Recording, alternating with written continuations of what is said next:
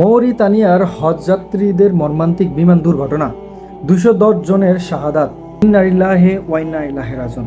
আজকের এই ভিডিও জুড়ে একটি মর্মান্তিক দুর্ঘটনার কথা আপনাদের মাঝে শেয়ার করব। দর্শক, পুরো ভিডিও জুড়ে আপনারা সঙ্গে থাকবেন।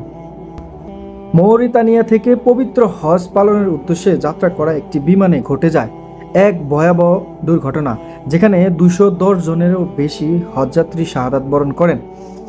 একটি বিমানে ছিলেন মৌরিতানিয়ার শত শত মুসলিম। সবাই যাচ্ছিলেন পবিত্র হজ পালন করার উদ্দেশ্যে। তাদের স্বপ্ন ছিল মক্কায় গিয়ে আল্লাহর ঘরে হাজিরা দেওয়া, হজের প্রতিটি রোকন আদায় করা আর জীবনের গুনাহ মাফ করিয়ে ফেলা।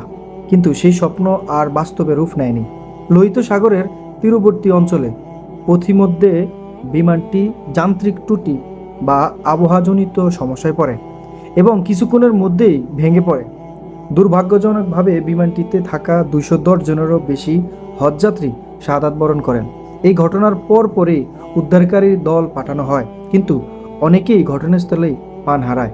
এই ঘটনায় মৌরিতানিয়া ও গোটা মুসলিম বিশ্বে নেমে এসেছে শোকের ছায়া।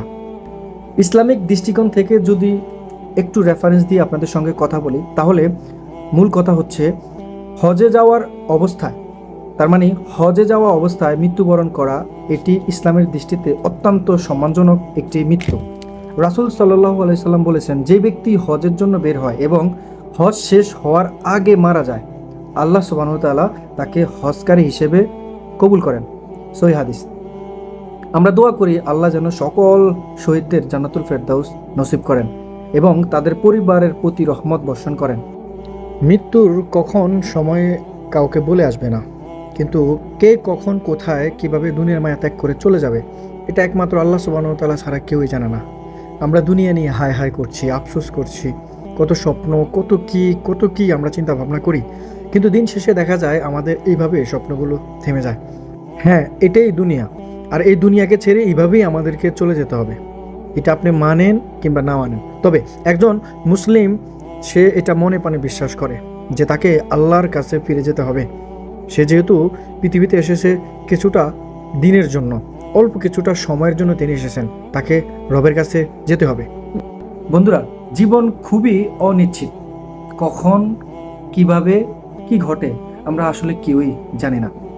এই ঘটনার মাধ্যমে আমাদের উচিত শিক্ষা নেওয়া, আল্লাহর পথে ফিরে আসা এবং মৃত্যুর জন্য প্রস্তুতি গ্রহণ করা। ভিডিওটি যদি আপনার হৃদয় ছুঁয়ে যায়, তাহলে দয়া করে ভিডিওতে একটা লাইক এবং চ্যানেলটিকে সাবস্ক্রাইব করে সঙ্গে থাকবেন। আর এই যে আমাদের শহীদ ভাই বোনদের জন্য দোয়া করবেন, আল্লাহ সুবহানাহু ওয়া তাআলা যেন তাদেরকে জান্নাতুল ফেরদাউস দান করে। দর্শক, ভালো থাকবেন, সুস্থ থাকবেন। ইনশাআল্লাহ দেখা হচ্ছে নতুন কোনো ভিডিওতে।